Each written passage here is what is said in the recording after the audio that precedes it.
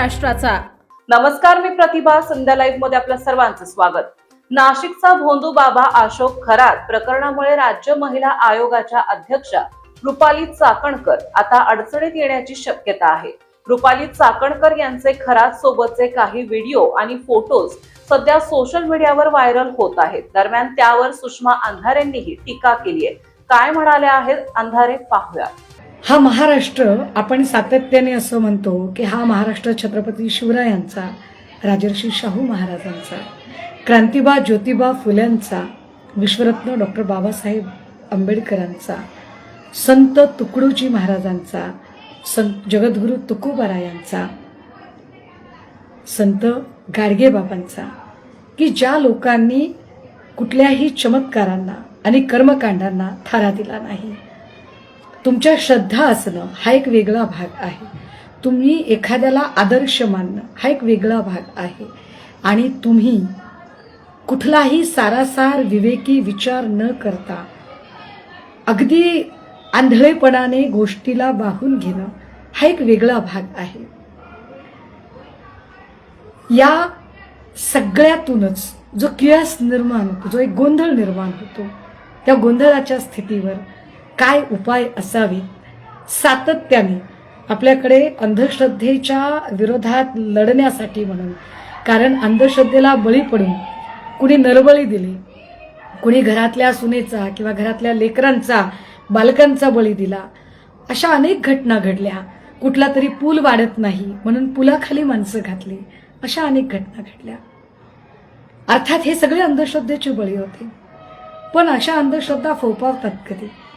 अशा अंधश्रद्धा वाढण्याचं कारण काय? कारण माणसं एकाचं बघून दुसरा अनुकरण करत जातो.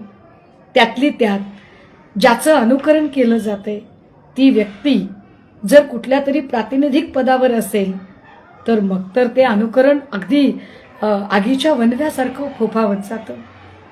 आज सकाळपासून जे व्हिडिओज आपल्या समोर आले, आज सकाळपासून ज्या अनेक माहिती आपल्या समोर आली, काही लोकांच्या मोबाईलमध्ये कदाचित ते आक्षेपार्ह व्हिडिओही आलेले असतील.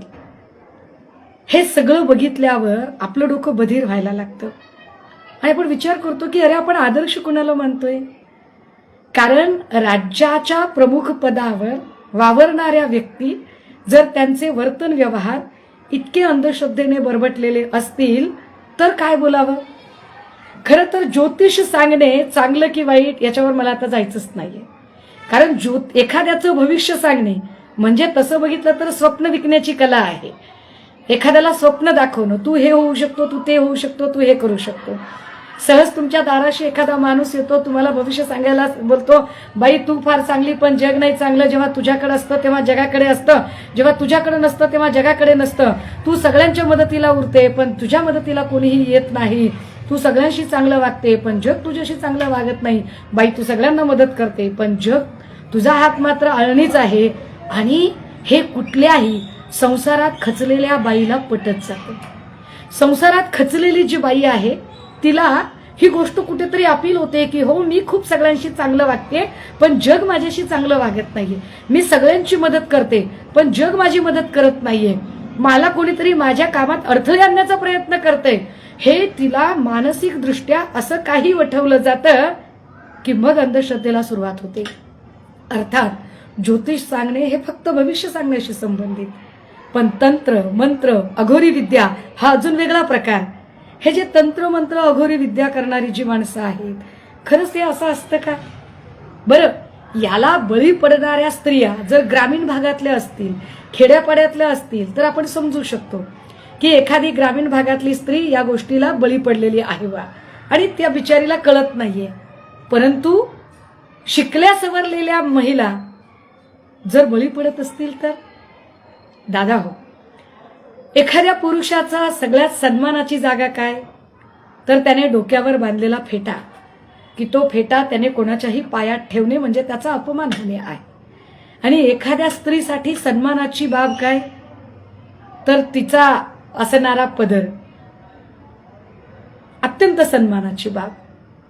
राज्याच्या महिला आयोगाच्या प्रमुख असणाऱ्या व्यक्ती जर अशा एखाद्या माणसाचे पाय धुत असतील आणि त्याचे पाय धुवून ते आपल्या पदराने पुसत असतील तर हे गंभीर आहे. ताज्या आणि महत्त्वपूर्ण बातम्या पाहण्यासाठी आजच आमच्या संध्या लाईव्ह न्यूज चॅनलला यूट्यूबवर सबस्क्राईब करा आणि बेल आयकॉन प्रेस करा.